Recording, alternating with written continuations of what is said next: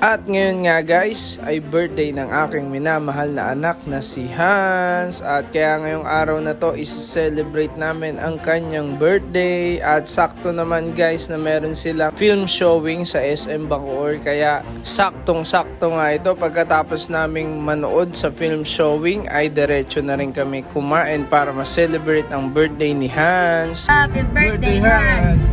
Happy birthday, Hans! Birthday na ni Hans, di pa naliligo. Birthday na Naligo na yan! naligo na.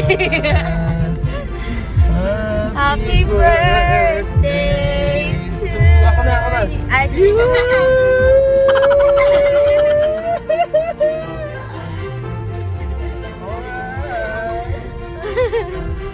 Tama ba yung tono ni Papa? Paano pareho kayo? At ayun guys, di na nga ako nakapag-video dun sa film showing kanina. Kaya ito na lang ang papakita ko sa inyo. Dito na nga lang kami kumain sa may Sharks Burger para masubukan naman namin to. At ayan, kita nyo naman si Hans, tuwang-tuwa siya sa kinakain niya. At ayan, Petit Game Manager approve. So talaga namang napakasarap ng pagkain dito guys. Okay na okay yung chicken nila dito guys, at saka yung mga burger nila talaga namang napakalalaki. So sulit talaga pag kumain kayo dito guys. Ayan guys, burger na may kanin pa. Iulam ko yung burger sa kanin. Sarap. Sarap. Baby. Ayan. Parang kainan ni Pin lang kinakainan. Ayun mo. Parang kainan ni Peanut yan ah. Iba lang yung kinakain yung pagkain ah. Stainless din ah. Ano yan? Chicken? Grabe, laki din ah. Busin mo yan ah.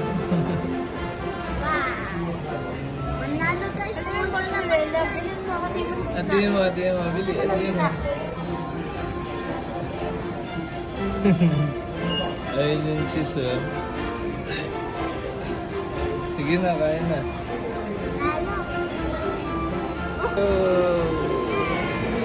At syempre guys, nag-dessert na rin kami. At ito nga pala yung favorite ni manager, yung yaw-yaw. Ito nga pala yung frozen yogurt na kasing presyo na ng water bill namin. Pero okay lang kasi si manager naman sumagot niyan dahil paldo-paldo na naman ata siya sa negosyo niya. At ayun nga guys, bago nga kami umuwi ay nag-ikot-ikot muna kami dito sa SM para maaliw naman to si birthday girl.